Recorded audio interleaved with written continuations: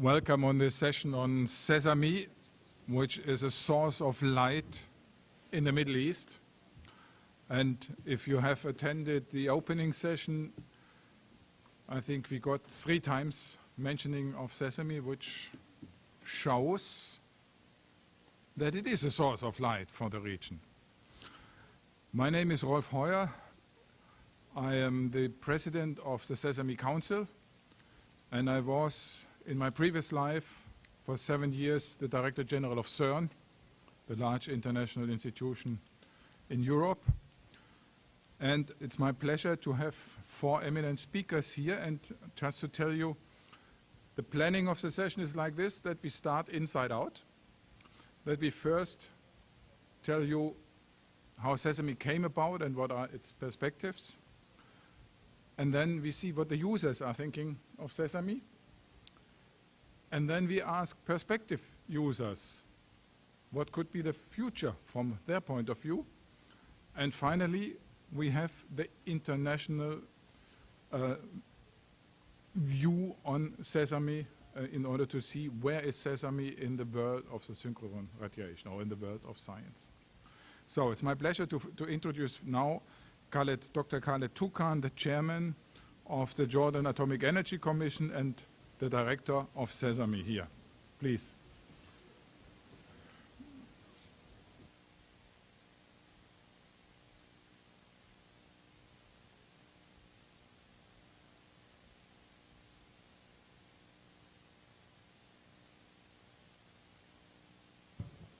Okay. So I will introduce today SESAME, the synchrotron light for experimental science and applications in the Middle East. Give you a brief history of how SESAME came about and the evolution of SESAME since the conception of the first idea till the realization of SESAME just of last May of this year. It took a long time, you know. We are in a region, unfortunately, that's wrecked in conflicts and war, which has drained a lot of resources, and the scientific budgets in most countries of the region are very modest. In addition to that, the priorities actually when it comes to investing in science to many governments are not on the top of the list. In many cases, when you talk to politicians or decision makers in government, they say the priority is water, is food, and creating jobs. But indeed, as we have seen today in the opening session, that science and technology is the road to provide for all what really provides the sustainability of good living in these societies and to let many people rise from poverty to decent living. So the idea of SESAME as a center of excellence in the Middle East was actually conceptualized in the late 90s of last century. And why to use synchrotron light? To do synchrotron research is really challenging, but at the same time, it has many broad applications in biology, chemistry, physics, archaeology, the life sciences, pharmacy. And that's why when the idea to build a synchrotron light source in the Middle East, it gained acceptance and momentum. Currently, there are about 70 laboratories around the globe in operation or under construction. But as you look at the geography, you could see that probably there are around 10 or 11 in the US, several light sources in Europe, 9 light sources in Japan. But if you look not just to the Middle East, maybe to the whole Islamic world, from the Atlantic till China, there is no synchrotron light source in the whole, not just in the Arab world, but in the whole Islamic world. So the idea of building a synchrotron light source, which is in itself a technological challenge, is really coupled in our region with many political and financial challenges too. Anyhow, the idea was conceptualized, and today we have around 9 members, or actually we lost one. We have 8 member states, mainly Cyprus, Egypt, Iran, Israel, Jordan, Pakistan, the Palestinian Authority, and Turkey. However, we have quite substantial and effective number of observers. As you can see, the spectrum from Brazil to Canada to USA, all of these countries have synchrotron light sources, except maybe for Kuwait, which is sitting as an observer, as a country in this region.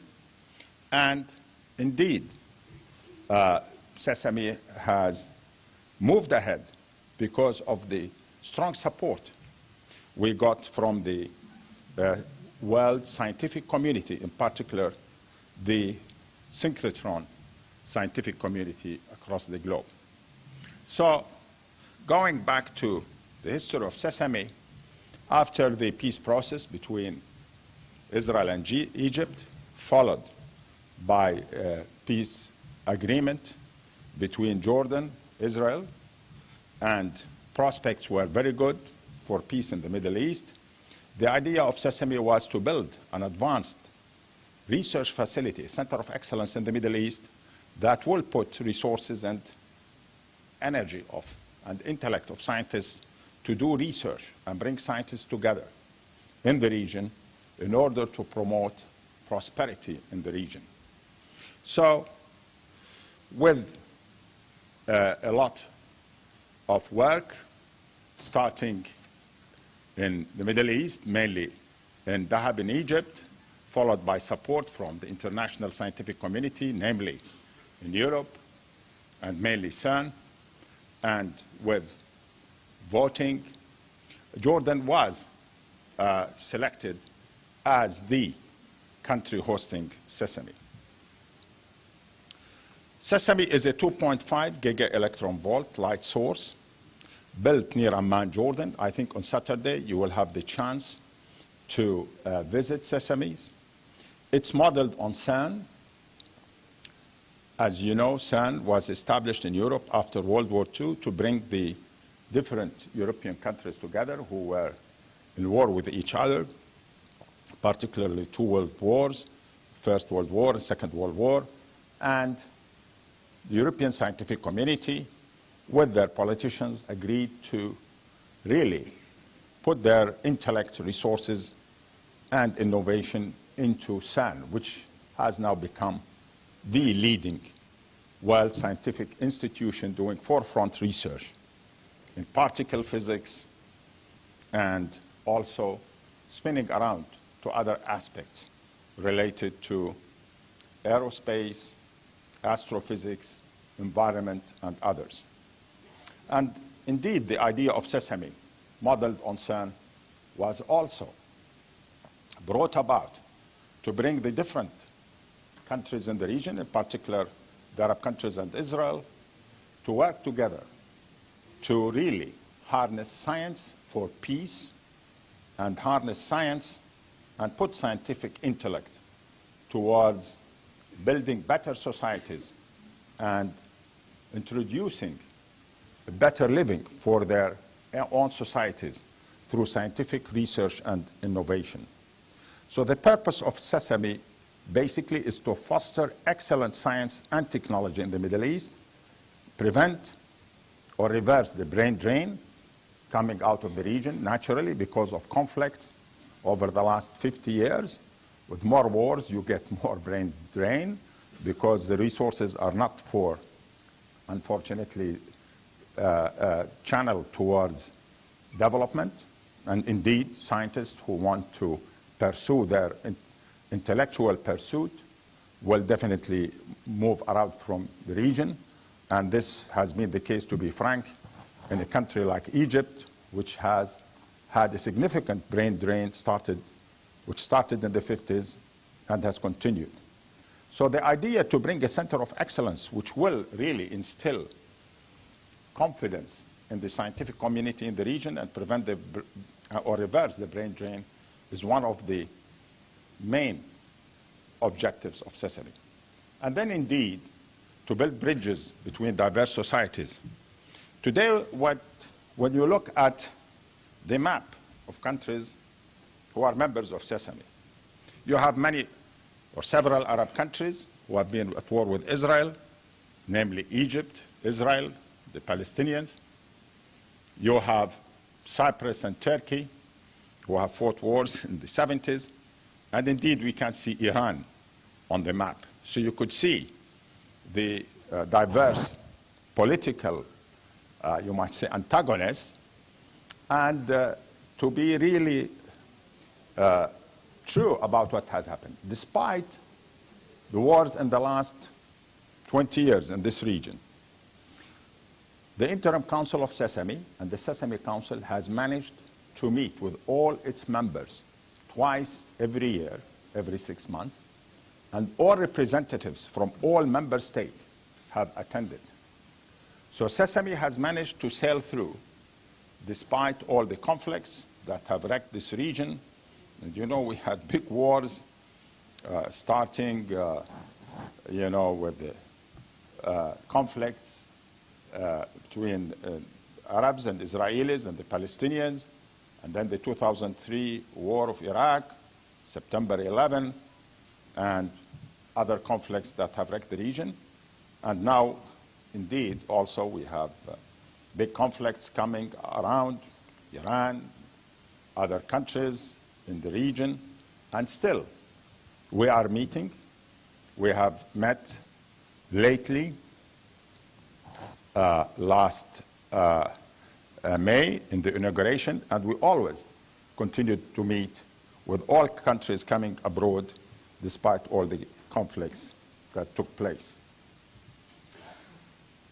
The idea of SESAME was conceptualized by probably some of these pillars that you have seen who work on SESAME, namely Gus Voss from Germany, who came up with the idea to dismantle the BESE 1 machine and basically advising the German government to donate the parts of BESE 1 to the Middle East in order to start the nucleus of a scientific research center.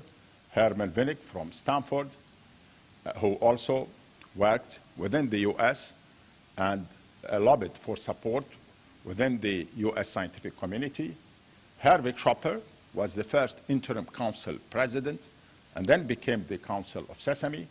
Herwig is the head of the, or was the head of the German Physics Society, and he was twice the president or the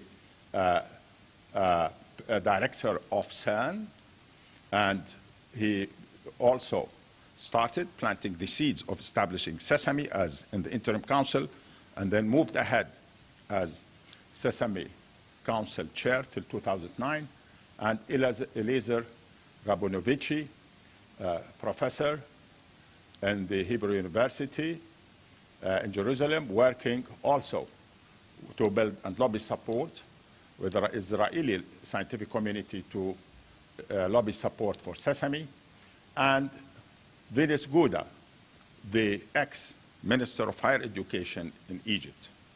So these are the pivotal person who came up with the idea.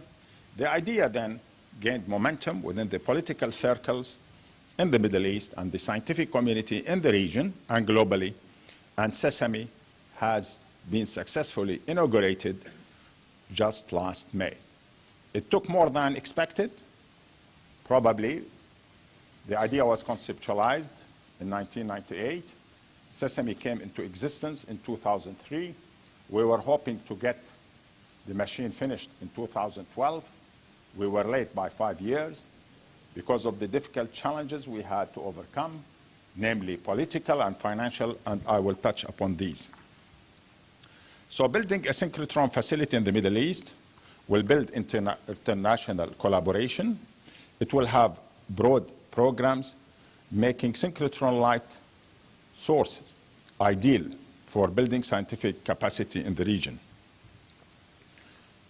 How is synchrotron radiation produced? Basically, you get electrons that are accelerated, and these electrons, as they are accelerated, and moving in circles.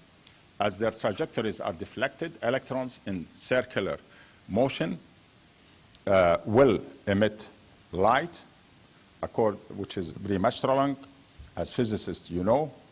And this synchrotron light is directed towards, is collimated and directed in a certain direction to its beamline, where samples then are irradiated in order to either get images on macromolecular scale or to do analysis with them as in X-ray fluorescence.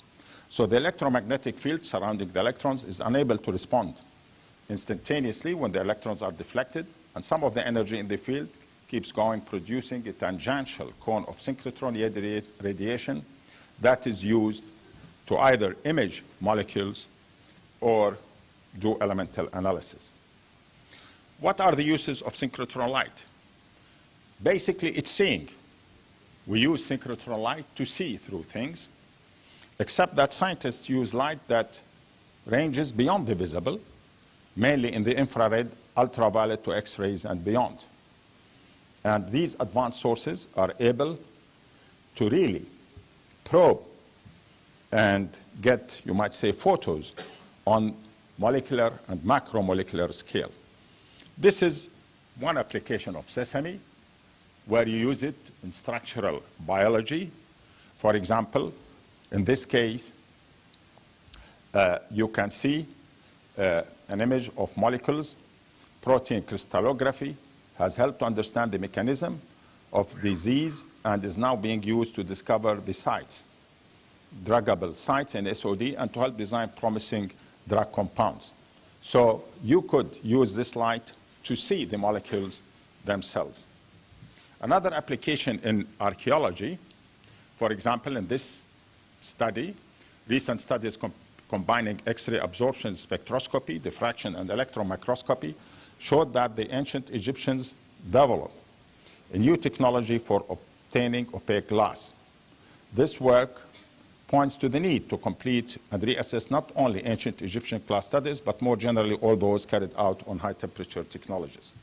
There are other applications in SESAME. But basically, you start with, 5 minutes, with electrons, and then you accelerate them. This is through an, basically you start with electrons, you accelerate them, then you boost the energy of these electrons, and then you store them in a ring. You kick these electrons to get the synchrotron light. In SESAME itself, we have 3 accelerators. The microtron, which came from Germany, BESSE 1 machine, thanks to Gus Voss. The booster also, which boosts the energy of these electrons from 25 to 100 MeV, also came from Germany. And then as these electrons are accelerated to 800 mega electron volts, they are transferred to the big storage ring of a radius of, circumference 133 meters. This storage ring has been built as a new storage ring with the support of CERN and the donation from the European Union. And the storage ring has been commissioned at the end of last year. This is the inside the SESAME experimental hall. This is where the microtrons sit, the booster, and this is the storage ring. So the SESAME building was completed in 2007. I said in 2003, SESAME became an organization officially under the auspices of UNESCO. The groundbreaking was initiated, and in 2007, the building was completed. The shielding that will house the machine was finished in 2011. The microtron that came from BESSE 1 was commissioned in 2012, and all the characteristics were reproduced. The energy of the electrons, 22 megavolts, mega electron volts, was reproduced by the engineers inside SESAME. This is a view inside the experimental hall in 2012. They started later assembling the booster. This is the old booster from the BESSE 1 machine. So in this photo, you see the microtron sitting vertically where the electrons whirl around, and then they are transferred through the transfer line to the booster, All these parts came from Bessie 1. And then after that, they started building the storage ring and its amplifiers. In this photo, you see the radio frequency solid-state amplifiers giving the power to the radio frequency cavities that are installed on the storage ring, and that instill energy into the electrons as they go around the storage ring. The fully installed SESAME storage ring was done in November 2016, and then the transfer beamline coming from the booster to the storage ring was finished in January 2017, where they started commissioning the storage ring. The storage ring actually consists of 16 cells that were funded by the EU, built with the support of SAN, and this is one of the cells that has been built. So after they finished installing the storage ring, they started commissioning it. On January of this year, they got the first turn of electrons in the ring, and on the 26th of January, they got multi-turns, and a few weeks later, they got the beam stored in the storage ring at full energy. What are we doing now? Currently, we are building and finishing work on two beam lines, the XRF beamline and the infrared beamline. We expect to get monochromatic photons in the XRF beamline, maybe today or tomorrow. I was there at SESAME, and they have finished and got photons into the beamline, and now they are working on getting monochromatic photons. And the infrared spectroscopy beamline will be done in September, followed by two beamlines which are under construction, the material science beamline, macromolecular crystallography beamline, which will come later next year, early next year. And then we will get 4 other beamlines in phase 2, the soft X-rays, the small and wide angle X-ray scattering, and the extreme ultraviolet. These are some photos of the hatches for the XRF beamline, some of the equipment in the beamline, and on the infrared beamline, which will currently come in December, already some scientific work and publications are coming in from the infrared microscope that is already installed at the end of the beamline. I will close by saying that SESAME will be probably one of the first accelerators in the world which will be powered by renewable energy. We have now a grant of 7 million euros from the European Union. Currently, we are working with a contractor in Jordan to install a 7-megawatt solar power station that will power SESAME and reduce the running cost of electricity, which will be the substantial cost of keeping the facility running. It will cut our cost by half. We expect this solar power station to be in operation by next summer. Our budget so far is 86 million coming from different donations, member states. Jordan has been the biggest financial contributor to SESAME, both in kind and cash, followed by the European Union, followed by Turkey and Israel, and then other current countries follow suit. We have a wide support from the international scientific community. As you can see in this one of the meetings, we have Canadians, some Stanford University, Canadian Light Source, Stanford, ALPA Spain, Soleil in France, Electra, ALS in the USA, CERN in Switzerland, also PSI and other international facilities. Training has already taken shape in SESAME. Tens of scientists, users, engineers, technicians have been trained through grants from IEA, UNESCO, ICTP, SRF, and other synchrotron light facilities around the globe. We also had a big endorsement from the international scientific community, as we can see from Nobel laureates. So in closing, indeed, there were many challenges on the way, and we can elaborate this more in the Q&A. There were financial challenges, political challenges, technological challenges that we have to overcome. SESAME has become a reality, a center of light and hope in the Middle East, overcoming major political, financial, and technological challenges. Training has had a big impact on building scientific capacity in the region and will still do so. Starting the scientific program will be the end of this year, And it will take shape and gain momentum next year with the operation of 2 additional beamlines and looking for more support from you and other colleagues around the globe. Thank you all.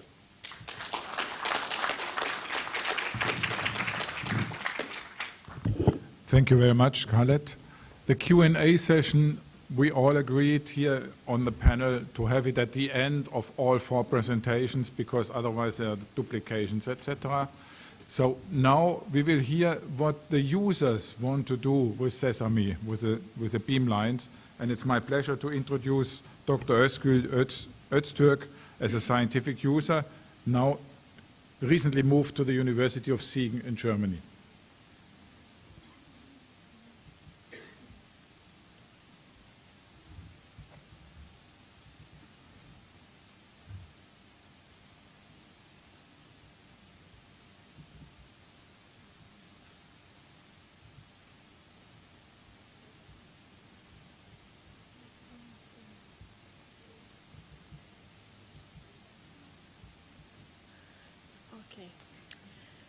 Dear Rolf, thank you for the nice introduction, and I first want to say that it is really an honor for me to be here on this platform with this big scientist, and also to see all of you here interested in SESAME.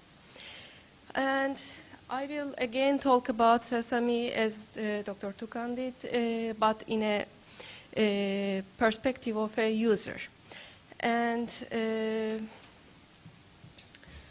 I believe that SESAME will open new horizons for many of the researchers in the region, for those who are experts and also for those who perhaps never used synchrotron radiation in their research before. Day by day, a community will be built for SESAME, regardless of the nationality, gender, or politics. And to be honest, in this geography, we don't have such a tradition, such a background in synchrotron radiation. But after spending days and nights in beamlines next to each other, researchers will all start to extend the common language of science to other aspects of life and learn a lot from each other. And this will, I believe this will develop a strong background and build a new era in science in the region. And science does not accept any borders or whatever the nationality, gender, political view is. The scientists could work together and bring a big dream to reality. I say dream because as users, at the beginning, we wanted to believe that project would be real. And in time, we believed that it would be real. And now we see that it is real. And this is very nice to see that. And for the development of new technologies in the region, which will bring outcomes like more and cheaper energy, more usable water, cure for many diseases, we need facilities like SESAME. And once we have such a facility, then the human power and the gained experience in these facilities will affect also the political and industrial aspects of life. Now, I want to show a table to you, but probably you could not read it. It is very small. But here there are some brief information about the member countries. Here in the first column you can see that some of the member countries have already some national organizations while some do not. And they have some annual meetings, but for most of them, not most of them, but for some of them, there are no activities related with the community in the member country. Here I want to pay attention to the third and fourth column. There are active users and potential users. Now there's a discrepancy between the numbers here, the active users and potential users, but actually this is not something that frustrates me, because I am aware of that as synchrotron facility community grows day by day. We are walking with baby steps. So I see in years that the number is increasing day by day, and it will increase more and more. And for me, two of the major goals of SESAME is to build up its own community. This is what SESAME will do itself. And the next one is to give opportunity to the scientists to make updated research. Therefore, I don't feel bad because of this discrepancy between the active users and potential users. And on the last column, you can see the major problems the member countries face. And one of the major problems is lack of knowledge and lack of experience. As I said, we don't have such a tradition. We are not used to use synchrotron radiation. Therefore, we are a little bit away from the experience, and we have also a problem of funding for most of the countries. And during one of the user meetings, we made a questionnaire, and in this questionnaire, we saw that half of the attendees to the user meeting do not have any experience in a synchrotron radiation. But even they don't have any experience in a synchrotron radiation, they are willing to do it, and they really want to do it. Therefore, in the last, for the call made by SESAME this year, the first call, there were more than 60 applications, more than 60 proposals. And it was something nice to see. It gives hope to us, to user community. And this is a photo from the last user meeting. Every year we have a user meeting in Amman, and this was from the last one. And if you look at the numbers, this was the number of attendees in 2013, then in 2014, and in 2015. And the number is increasing, as I said, and it was also more in 2016. And now, this year, we will have again a user meeting, the 15th user meeting in December, on the 18th and 19th December in Amman. Please have a look at our webpage, and please do not forget the deadline for registration is 11th of November. Then, as Dr. Tukan has already told you about, there are 2 beamlines active for the moment, and they have accepted users. As I said, more than 60 proposals were there. And in the infrared and XRF beamlines, the spectrum of the research is really wide. Life sciences, biomedical diagnostic, environmental science, surface science, material science, cultural heritage, art restoration, geology, and many other fields. For example, one of my colleagues has been doing experiments in these beamlines with the ancient human remains in the Middle East, found in the Middle East, and they are using the potential of crystallography to make their research. Or another colleague had already done research on the biochemical effects of X-ray irradiation in cells, in human cells. So there's a wide spectrum of research. And for the material science, the beamline will be open soon. We are waiting for it, and I am one of the researchers waiting for this beamline, because I am working on semiconductor nanowires. I put these nanowires on graphene layers and try to make a phototransistor with these. So I make their X-ray diffraction characterization. So I am willing to be one of the first users at SESAME in this beamline, of course.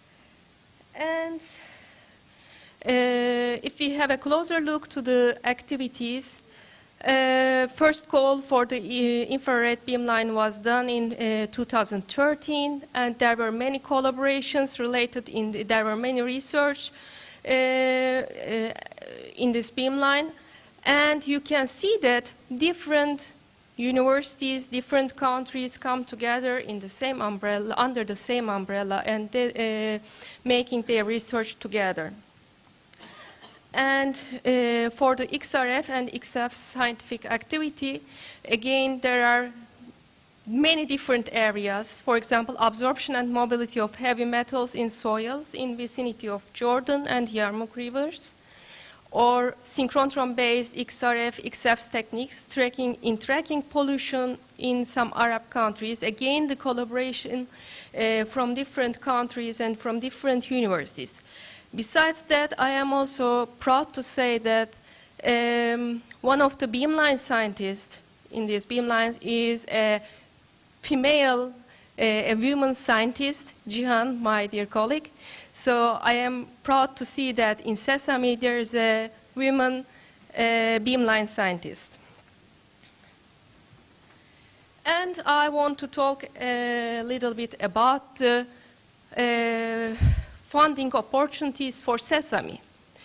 The first one is the Light Source for Africa, the Americas, and the Middle East project. It is LAMP project. And it was launched by the International Union of Pure and Applied Physics and the International Union of Crystallography and with some other partners with a grant from the International Council for Science to enhance light source and crystallographic science in these regions. It's a new project, but it has already gave funding to faculty and student teams to spend 2 months at participating advanced light sources. This is really a big opportunity because they are looking for, the LAMP project is looking for non-experienced users.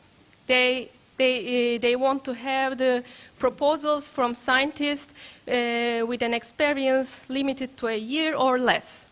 So if you have a faculty position at an accredited PhD granting university, and if you have a PhD student, then you can apply for this calls. And the second call is is now active. Its deadline is November 15. So you can also check the website for it. As I said, it is really a nice opportunity for us, for users. And there's also Open SESAME, which is a response to a specific call in the Horizon 2020. And you can also check the website of Open SESAME to see the opportunities here. There are many participant organizations in Open SESAME.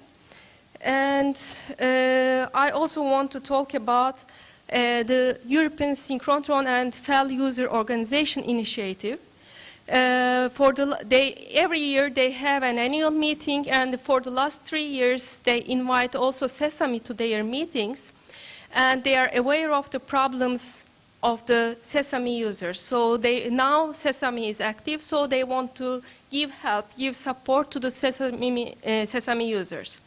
And for this reason, they ask for some proposals from the SESAME member countries, and these non-experienced research teams will meet with the experienced European researchers under the same umbrella. They will work together, they will write proposals, they will manage the beam time, and they will collaborate in a research project. So we identified 12 projects for this from SESAME users from Cyprus, Egypt, Iran, Jordan, Palestinian Authority, and it was nice to see that this was a very short notice call. It was not an official call even, but we have, in these conditions, we have 12 projects like this, And for the moment, we have first big feedback received by the SEO delegates for at least 8 projects. So in this month, we will also get the partners for the rest of the projects and make the teams come together. So as I said, this is also a big opportunity for the SESAME users.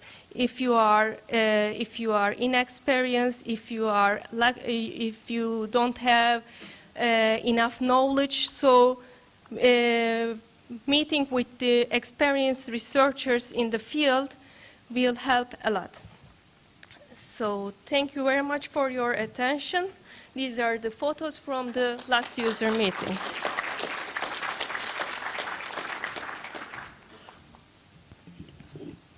Thank you, Eskil, for the perspective from the, I would say, active users.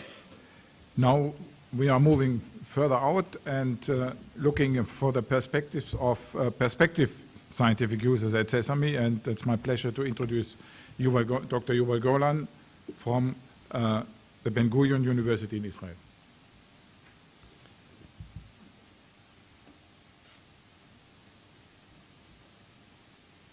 Well, thank you all for this kind introduction. I'd like to join in thanking you for organizing this very important session on SESAME. So I was asked to describe what I would expect as a potential future user. I've been using synchrotrons myself, mainly at ESRF. I come from Israel. I'm a professor of materials engineering in Ben Gurion University, and I'm also a director of a nanotechnology center at the university. First, I'd like to start by telling you a little bit about the community in Israel and the potential in using synchrotrons. So the Israeli Academy of Science has established a synchrotron committee which oversees the research at synchrotron facilities and other large facilities. And I am chairing this committee since 2016. And one of the first things I did when I started my duty was to look at the community, because I didn't know much about the size of the community. And so in 2007, this year, we initiated a poll where we learned that 67 researchers, and when I say researchers, it includes students, postdocs, technicians, rely on synchrotrons. I mean, they need synchrotrons for doing their research. Of course, this is in addition to users that use occasionally synchrotrons. They come from all 6 major research universities in Israel, including the Weizmann Institute, for those of you who know. The areas include medicine, life sciences, chemistry, physics, material sciences, and some minor activities, I would say, in archaeology, arts, and geology. And very important, and also very important for our government to know, that there's a large body of students, of graduate students, who are depending on synchrotron radiation for carrying out their research dissertations. Israelis have been working at synchrotrons for many years now, for over 3 decades. And this is quite a wide array of synchrotrons where Israelis have been working. But Israel has an agreement with ESRF. It's a long-standing agreement which provides very regular and very orderly access to an excellent synchrotron, and this, I would say, is the main synchrotron that Israelis are using today. Israel is a scientific associate to the ESRF with a share of 1.5% of the budget, and I have to say that we've been using more, so we're active now on convincing the Israeli government to increase the share at the ESRF. I have to say one thing is about air transportation. As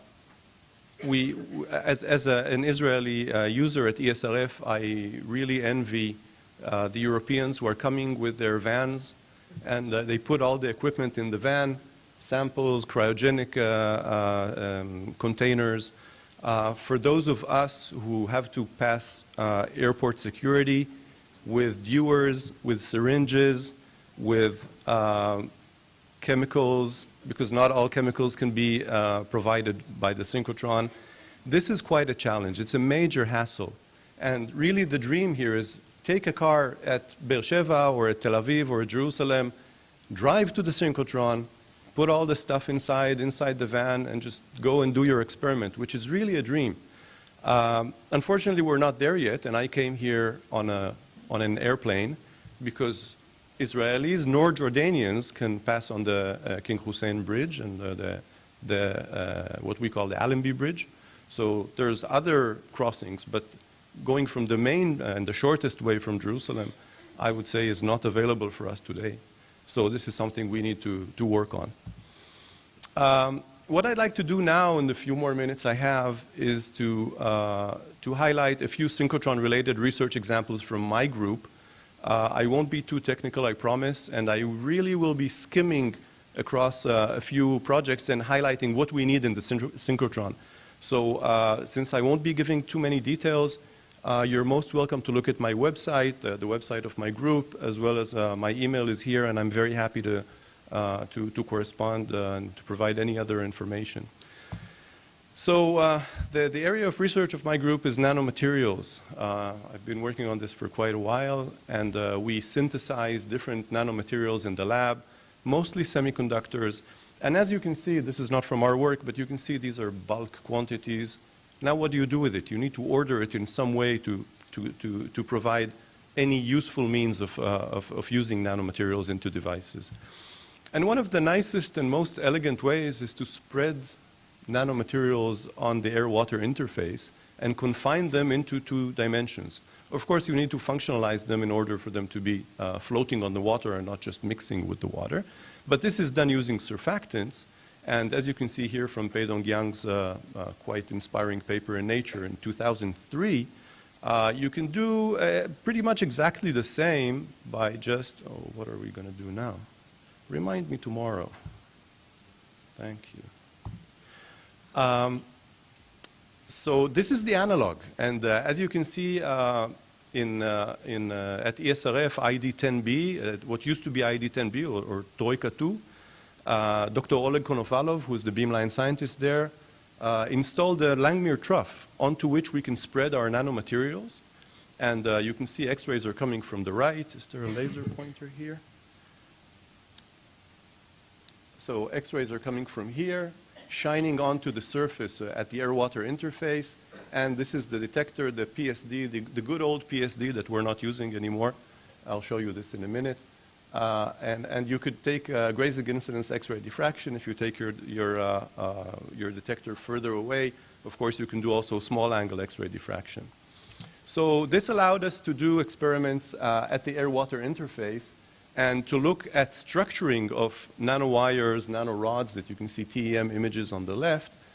This is a cartoon on surfactant-coated nanorods, and actually I can give a 50-minute seminar pretty much saying that this cartoon is very wrong. So it doesn't look like this, but this is a nice cartoon for giving you an image. And so here you can see that some types of nanomaterials, once you spread them at the air-water interface, they immediately structure. Namely, they self-assemble. And you can see the Bragg structure, you can see the Bragg diffraction we obtain here. Other nanomaterials do not. Nevertheless, we have the ability to compress them, to decrease the area, or what we call the area per molecule or area per particle. And then we see formation of structure, as you can see here, and we can give a structural model of the system we are studying. A second system is Langmuir films of polydeacetylens or other polymers. Here in this case, we show that these polymers, by the way, this is a monolayer or tri-layer, so it's a very thin layer, and you can see the color. It's it absorbs light very strongly, and you can see the structure, different structures obtained from different phases of the same polymer. So you can polymerize it and move it to the metastable blue phase and then to the red phase.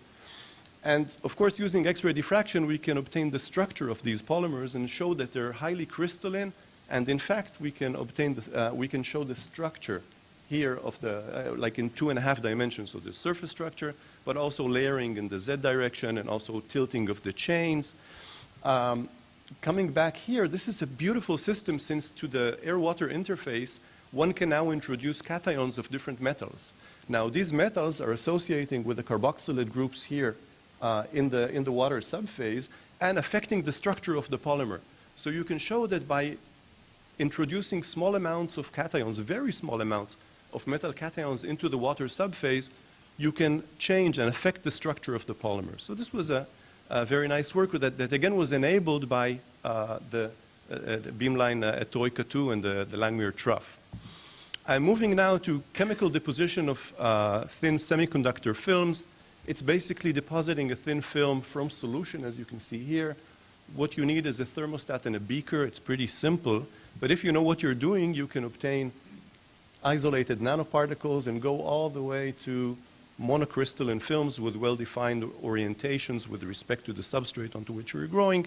In this case, this is gallium arsenide substrates, and we pretty much did a lot of work on what we call now chemical epitaxy, which is growth from solution of highly oriented films with well-defined orientation relations with the substrate. These are short examples. So here you can see lead selenide on gallium arsenide. This is a conventional orientation relationship. This is a non-conventional orientation relationship. This is the same for lead sulfide. Now, why am I telling you all this? I'm telling you this because we believe, and we know now that we were correct, that the very early stages of nucleation and growth are the most important and the most interesting ones.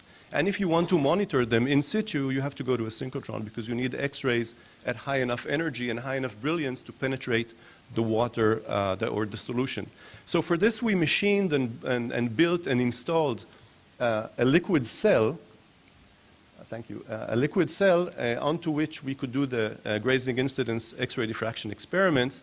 This is the stage onto which the sample holder onto which we were fixing the sample from underneath. And this is how it looks at the beamline. This is the cell that we built at Ben Gurion and we carried with us on an airplane. This is the two-dimensional detector, and this is the huge leap that we made. I'm sorry, that the synchrotron made, providing us now with this amazing detector. We can do now in 20 seconds measurements that took us over an hour before, and at higher resolution. And the data analysis is so much easier. So really, this represents a major leap in the detection ability of the beamline. So, like I said, this is increasing our productivity. At one shift, we can do so much more experiments. This is pretty amazing.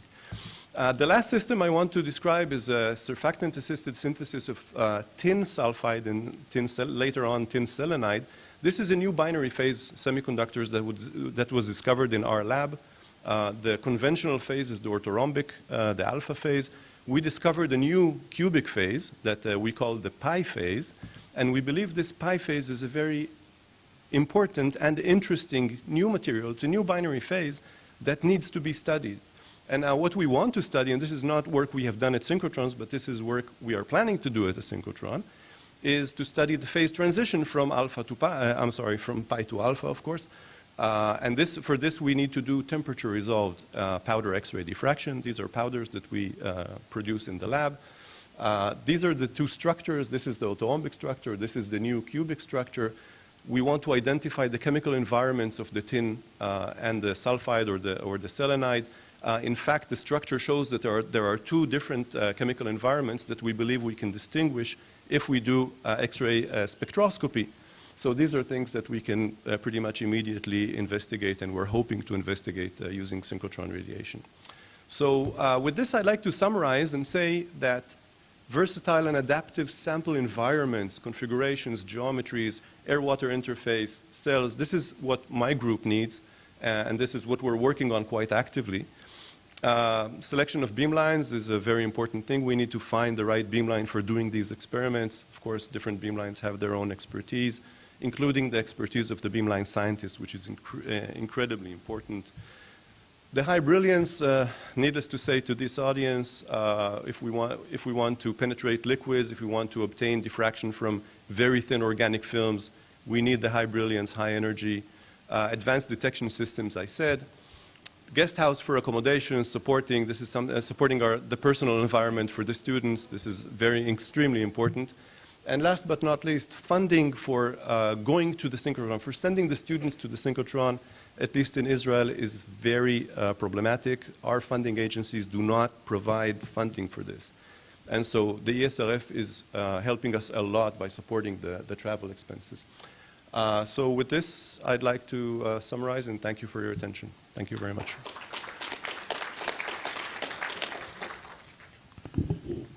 Thank you, Yuval. We finish now with the view from the outside world onto SESAME. And it's my pleasure to introduce Andrew Harrison, the director of Diamond Facility in the UK.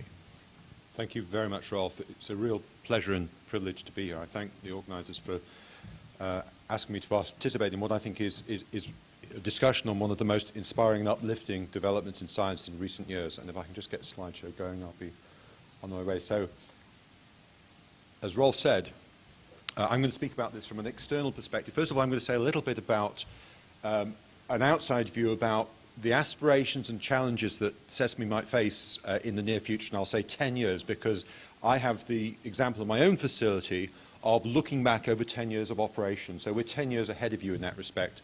And secondly, also perhaps touching one or two ways in which SESAME might interact with the outside world beyond the region in the future. And we've heard, just to begin with, of course, we've heard about the origins of SESAME, very much an international cooperation in the name, among other things, of peace, bringing together not just the partners, but also external actors to conceive, build, design and build the facility. We saw this year, of course, first stored light, again, very uplifting, I would say actually moving inauguration ceremony in May that many of us attended. And the question now is, what next? What might you anticipate? What challenges lie ahead over the next 10 years? And I think broadly, you know, a point that you might imagine being at is 10 years from now, being amongst facilities that exist like today, being a fully functional user facility, and that's a crucial phrase, delivering world-class science and innovation and training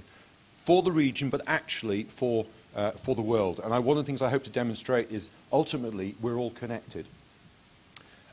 So there are clearly a number of ingredients that will add to success. I'm not going to touch on all of them. I'll just draw your attention to a very recent publication from an advisory group to the European Commission that tried to establish some of the key ingredients for success and sustainable success in research infrastructures. The two I'm going to focus on, and these are the two which, first of all, I believe is probably the key ingredient, and secondly, the ingredient that's going to become even more important in the future, are people, and in the future, something that will absolutely dominate the way in which we function and the way in which synchrotrons are exploited is the way in which we treat and share our data. So people, first and foremost, perhaps a cliche, but I think it deserves repeating because it is really the primordial essence of success. And of course, this involves both the staff at the facilities and, as we heard in the previous two talks, the user community. So at the facilities themselves, in the front row, or in the front line, as it were, the beamline scientists, I regard these people as superheroes. They are absolutely phenomenal people, both as scientists and also, I'd say, as ambassadors and facilitators at that interface between the facility and the user community out there. The engineers and technicians, of course, who have built and continue to support the facility. And these are, those two sort of technical classes of people, of course, are exactly the cadre of people you're trying to build up now to ensure that you have the right people to run and continue to develop the facility. And those will be grown primarily from established facilities outside your community, outside the region, but increasingly actually building up a self-sustaining microclimate where you can also start to train these people themselves from master's courses at universities and beyond. There are, of course, people who help the place run, administration people, communication people, and so forth, usually borrowed in from other types of organizations. But actually, sometimes this is missed. It's important that they start to breathe and live the spirit of the facility itself. You know, my procurement team doesn't simply procure and buy things. It understands why it's procuring and buying monochromators and why it's important to get it right. And communications people as well have to live and breathe the organization to transmit to the public and the funding, the policy makers, why it is that what we do is so important. And then thirdly, so just to point out that, so that the first expert quality group of people, of course, initially would be brought in and trained through exchanges and training programs, and we've heard about a little bit about this from on side.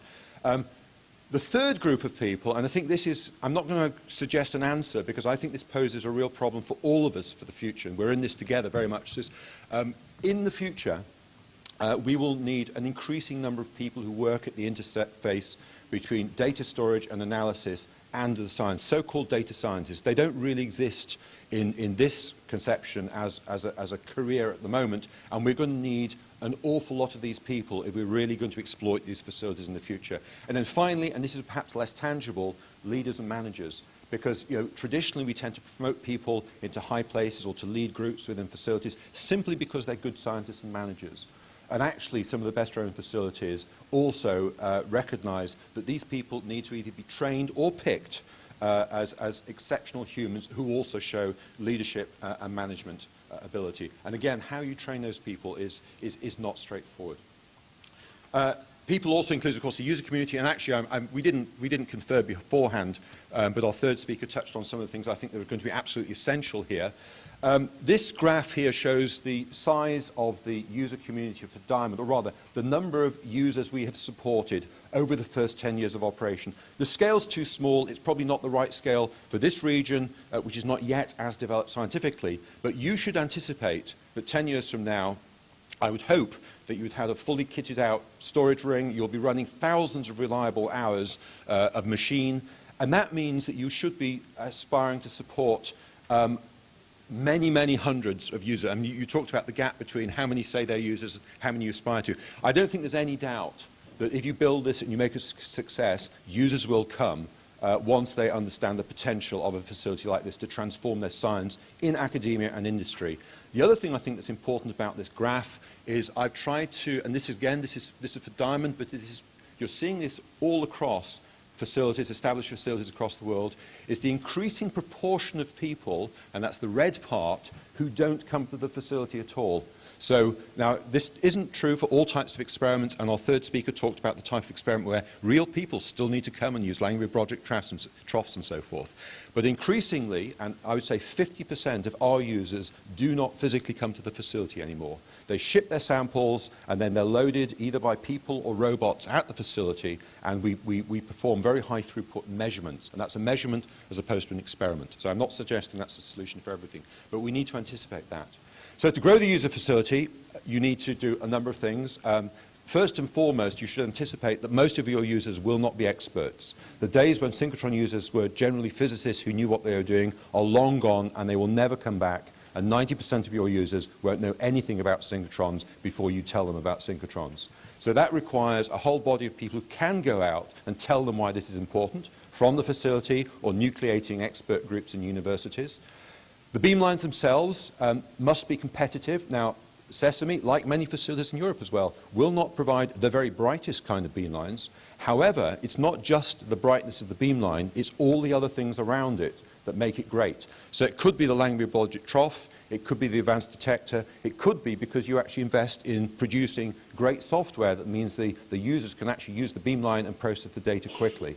So that complementary development in making the beamline human compatible is as important, I would say actually more important than the brightness. And that's facilities for sample preparation and handling and for data visualization and analysis. And again, as our third speaker said, you're still going to have a lot of humans coming, hundreds if not thousands in the future. So they need somewhere to stay, they need to be able to get in and out of town or somewhere where they want to go to perhaps in the evening, easily, and increasingly, for those users who may not come, you should also anticipate remote access methods. So users should in future be able to go and look at what's happening on the beamline, on their mobile phone, and control the beamline through that type of technology. And certainly at facilities such as Diamond, at the moment you can control the beamline, you can collect your data, you can see what's happening through a tablet, and that will be that will just be regarded as an integral part of the future.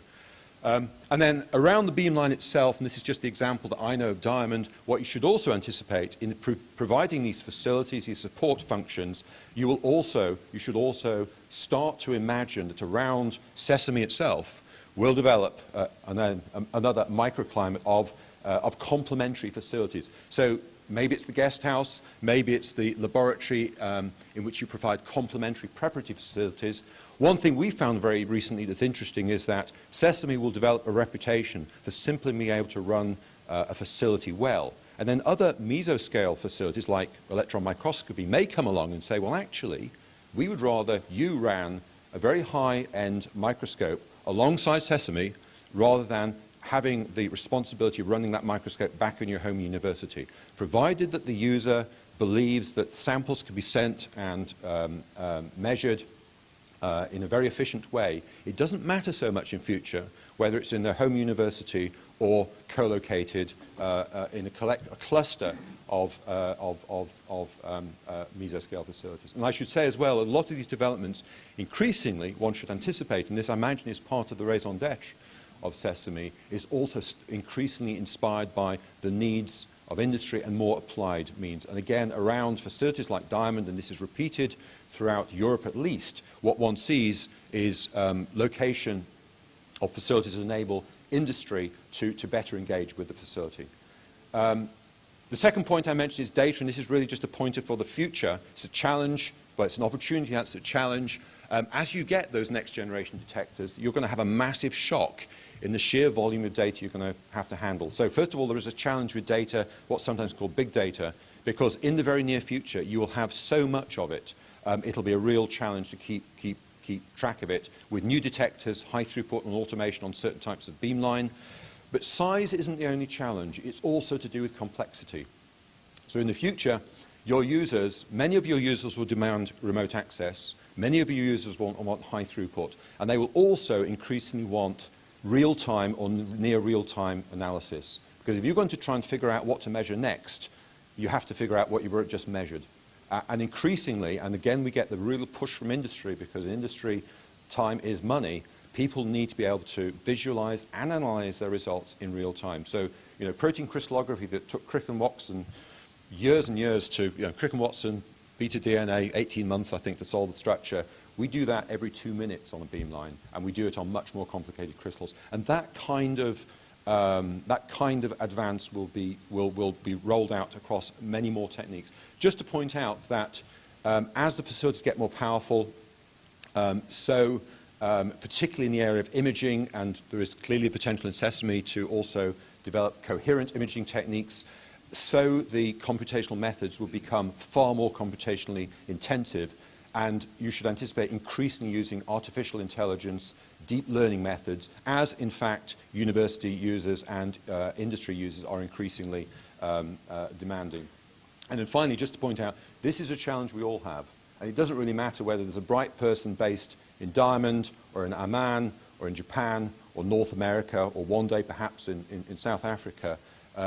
All of these people can work together trying to provide a collective global response to some of the challenges in data analysis.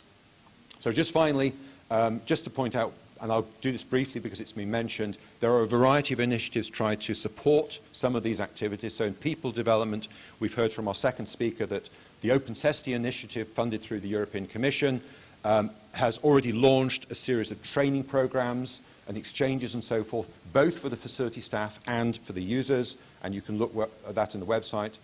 More specifically, the UK also funds initiatives through the so-called Newton Fund, which partners a variety of countries across the world, of which Jordan is the latest. So the agreement signed in August 2017, locally labeled the Newton Khalidi Fund after an eminent bioscientist, biochemist in Jordan, has specific foci, global challenges which are particularly pertinent to Jordan, and that will start to fund again training programs and also with a particular link to industry. And then finally,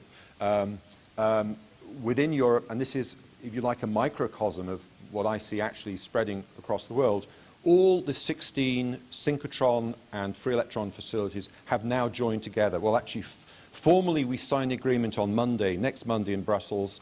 the so-called LEAPS initiative, the League of European Accelerator-Based Photon Sources. We had to add accelerator-based because the laser community objected to being not included. Of course, we work with them. But the point is that all of the European facilities have now agreed to work together to develop a common roadmap for technology, to improve the way in which they engage with industry and develop tools for that, and also to develop ways in which to reach out better to new communities through access modes, outreach, and integration. 2 points to notice. First of all, within Europe, we have a range of facilities. You know, we have the ESRF, which is a global leader, very big, high-energy facility. We have a series of established national facilities, such as Diamond, but we also have emerging facilities, such as Solaris in Poland, which will also start to build its own user community with its local speciality, but very much linked on this multi-scale model to the other facilities across Europe. And what we propose to do is invite SESAME to be our first associate member as start of the process of trying to link more widely across Europe. And SESAME is a very natural partner here. It's starting off a journey, just as Solaris in Poland is starting off a journey. All of our needs are very similar. We have to engage with the user community. We have to develop common tools, including data analysis tools. And also, there's the interesting balance between what the local needs are, the regional needs. There'll be things very specific to industry and research in Jordan and in your member states, just as there are to Poland.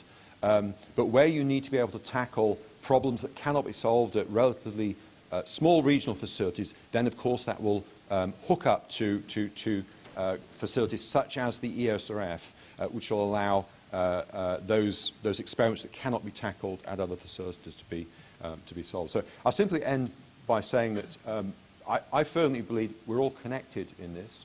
LEAPS is really just a step in that, and our connection with SESAME I would look to as the first movement towards making this a truly global initiative. If I could say one last thing, Rolf, just one very last thing. So I've talked about people,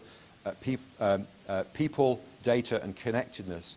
I think the last thing that shouldn't be overestimated, it's actually the very last thing that our previous speaker said, is also funding. And it's not necessarily just about getting a certain amount of money. It's more about, in my experience, having a certain stability and the ability to plan and the perspective of longer-term fundings. Because the thing that both enables and also holds back initiatives like this is not actually knowing what your aspirations can be in terms of what's realistic. So I'd say, in addition, what's absolutely crucial for this is that the various partners in SESAME should try to agree on some longer-term perspective, some funding envelope for the whole endeavour, so the people who are trying to take it forward have some realistic understanding about where they could be in terms of what they can afford 5 and 10 years from now.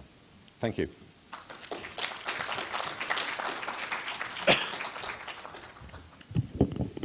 Thank you, Andrew. Now you got the whole perspective from inside to the outside, and please, the floor is now open for questions.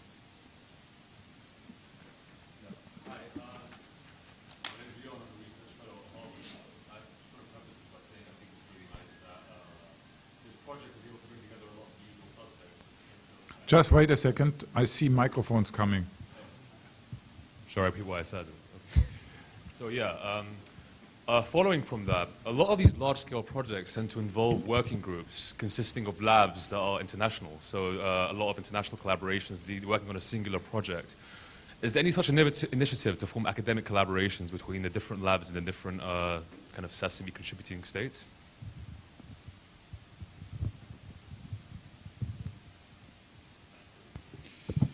Yes, indeed. Actually, the Newton Fund, which has been mentioned, for example, this aims at building collaboration, not just between centers, but also between academic institutions and universities. And also, SESAME has been working also with universities in the region, whether in Jordan, Egypt, Turkey. Many of the scientists you have seen in these groups, they come from academia and they are professors at universities.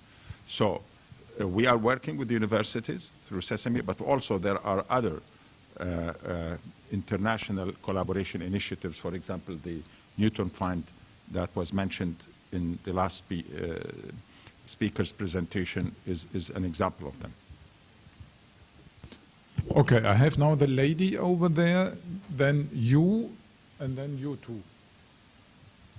Hi, thank you for the excellent talks.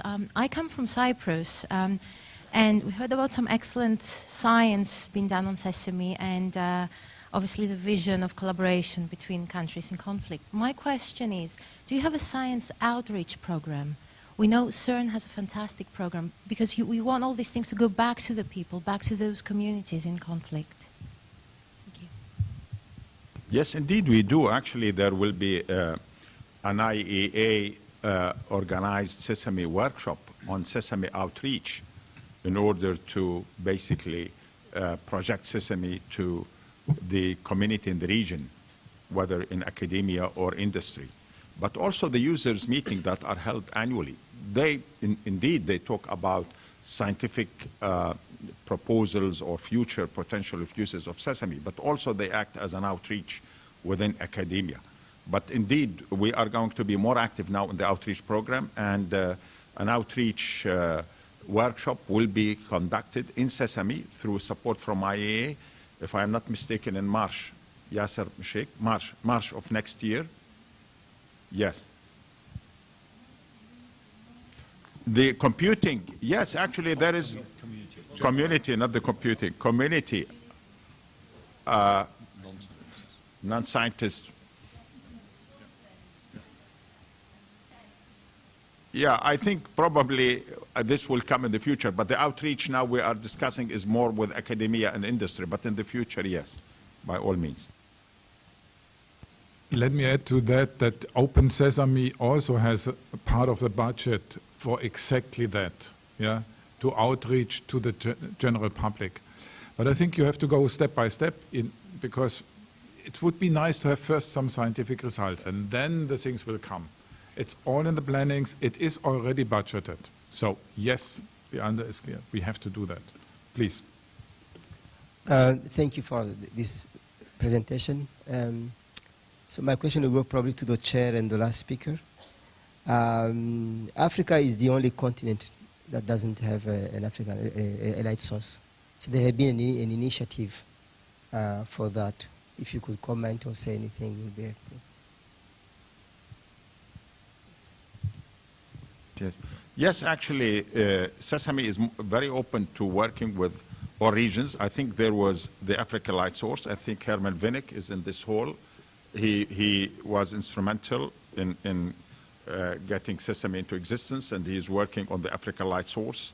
And indeed, I think Herman Vinnick has actually asked for support from Sesame into establishing the African Light Source. Actually, there is another initiative now where Sesame is working on to build a synchrotron light facility in Southeast Europe, in the Balkan countries, and there is a meeting in January where we were asked to go and present the Sesame case and story and see how we can also work with other regions. So yes, on Africa specifically, yes. And Herman Vinnick actually has been instrumental in working on the African Light Source, and we actually expressed all our readiness to work with him on this. So if I could just add to that as well. So of course South Africa has membership of ESRF, and that's part of the process of trying to develop the community in South Africa, but then South Africa to try and play an enabling role to produce a light source for Africa as a whole. So my understanding at the moment is, and Herman Vinnick again would probably be able to add to this, is that there is very much an ongoing process to try to establish a light source in South Africa through the the potential user community there. But the challenge is first to build the user community up. Well, just to say that it's not only Herman Vinnick here for the light source, but also the responsible person in South Africa is here. Not in South Africa, but yeah.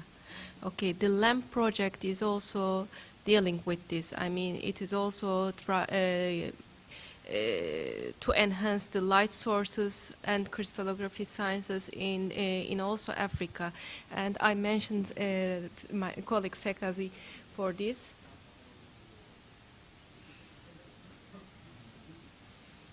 Yes, so there is the African Light Source Initiative, and it's like Simon Panel, which is maybe I should let you say a couple. Should he say something? Yeah, but I don't Okay, want to okay. have other talks now, so... Okay, well, let me just say then that that is an initiative that we're working closely on, and then, as Özgül Öztürk said, the LAMP project is working with Africa in addition to the Middle East and Mexico and the Caribbean. So there are these other initiatives that are in process. Thank you. I don't want to cut you short, but I think we have to... There's also a session on Friday on light sources, and I think there it will be...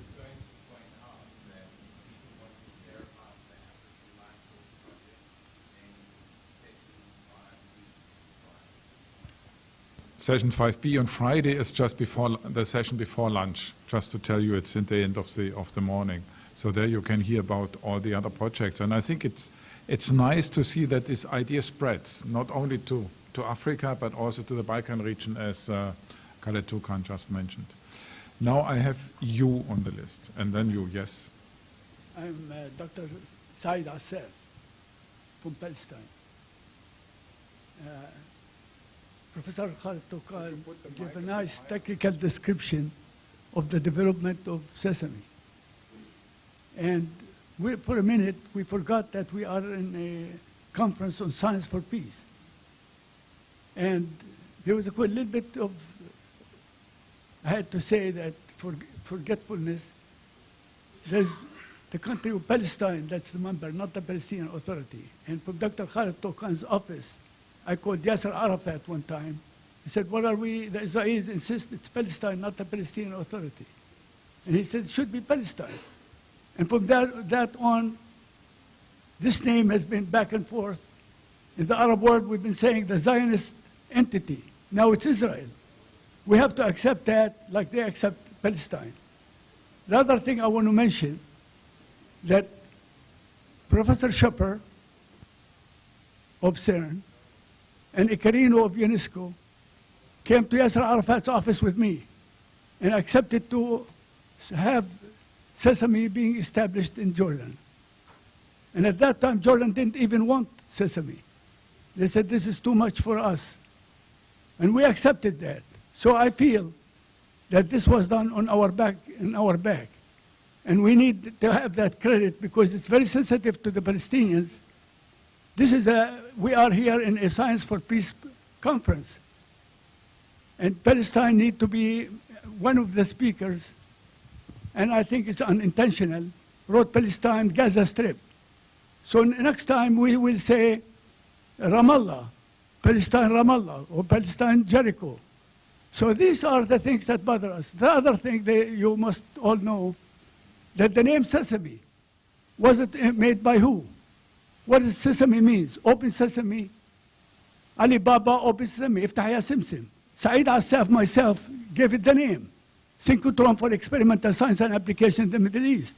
And I worked on that name, and in Germany, it was agreed to have that name. Okay. So we've been working toward peace, and we are not getting the credit.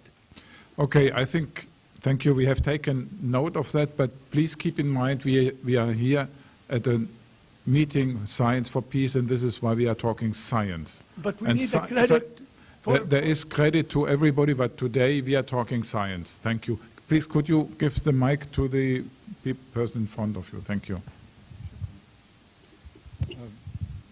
Dr. Öztürk, please. You mentioned in your lecture about the mobility of heavy metals. Okay. You mentioned in your lecture about the mobility of heavy metals in the soil near the Jordan and Yarmouk River. Are there some publications which you have done in this relation? Actually, I don't know if there's such a publication, but I know that the experiment was done. But I can learn and tell you later. I would be very thankful if you provide me some of them. Sure, sure. Thank you. Okay, now I have you in the very back. Just my question about how politicians override the science. My question to you, is there any export control law prevent transferring the technology to the Middle East area in the SESAME? No, indeed, no, definitely no, because SESAME has wide use of applications in the SESAME statutes. SESAME has been established to promote science and scientific knowledge for peace, as you have seen in most of these applications, whether it's biology or pharmaceutical industry, it's all life sciences. So definitely there were no export laws that prevent from exporting this technology to SESAME. Indeed, in some cases, we had to use for the end user certificate. I can tell you maybe on the magnets, because they are basically high-powered magnets. We had to sign some end user certificates that these will be dedicated to SESAME. But all in all, we have been able to import most of the parts and systems that we needed from all over the world. Yeah, I think I can add to that. There was just recently a shipment of computing material to SESAME, and there you always need the clearance from governments where that material comes from, and there was no problem. That was an easy going. Is there any more question in the audience? It doesn't look like. Then I have a question to our panelists, and I would like them to give, everyone to give one key message concerning SESAME, which you as audience should take home with you. So let's start with our director. Yes, I think SESAME is a story of success despite the major challenges. You heard in today's session, the morning, Prince Hassan bin Talal talking about his opposition to SESAME with the Prime Minister. Actually, the word we always heard, SESAME will be a white elephant. It will never be realized. It will never materialize because of the political, financial, and technological challenges. Also, I can tell you, during the visit of the Nobel laureates, the photo which you see, one of the Nobel laureates just raised his hand when I was presenting SESAME. He said, when are you going to announce the death of SESAME? Because I see it will hit a dead end. So there was a lot of skepticism.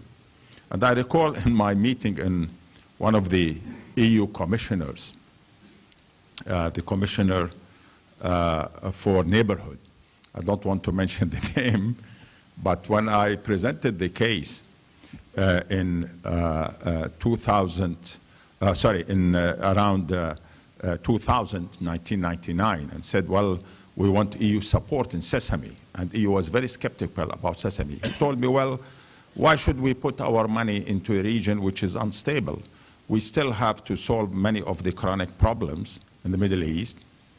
And to be frank, many of these problems came from external factors to the Middle East, as we know. And I told them, look, we cannot just wait till we get full peace in the Middle East. We have to progress, we have to move ahead. And we have to be constructive and build a scientific potential in the Middle East. So despite all of this skepticism, the SESAME case became really a beacon of innovation and success in this region. It became a light of hope and a light to really bring a brighter future to the young generation of this part of the world, to put their energy and intellect and circumvent major challenges, but indeed work with a positive and enlightened spirit. Thank you, Khaled. Now, your last word.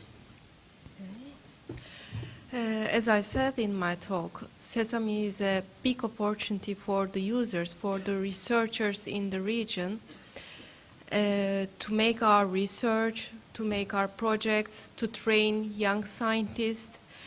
And I believe that we have to profit from SESAME as much as we can. And this will bring a big era to the region. Thank you. You are. Well, I see a huge promise in Sesame and a huge opportunity in Sesame. We scientists should play a bigger role in promoting peace. And I think the opportunity is in the fact that we all share the same language, the language of science, and we all share the same passion, the passion for research. And this is regardless of what language we speak at home and what is our religion and what our governments are. And this is something that I believe that Sesame is holding a huge promise, because now we have an opportunity for visiting one another, working with one another, talking to one another, and listening to one another through scientific collaboration. And I believe that this is a very important role of Sesame, a very central role. This is not just another synchrotron in the world among a network of synchrotrons as we saw here. It has a much wider role and much more important role. Thank you. Really just wanted to develop on that theme. I ended by saying we're all connected. We share very similar scientific problems across all synchrotrons. Many of them are aiming at similar global challenges, whether it's energy, whether it's food security, whether it's keeping people in a good quality of life in old age.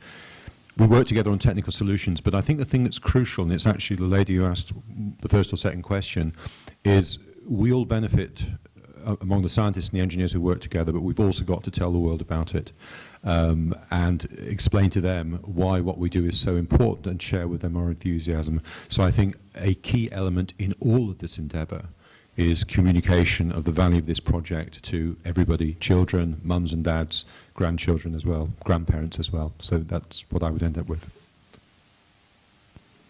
Thank you very much. Now let's give a hand to our speakers.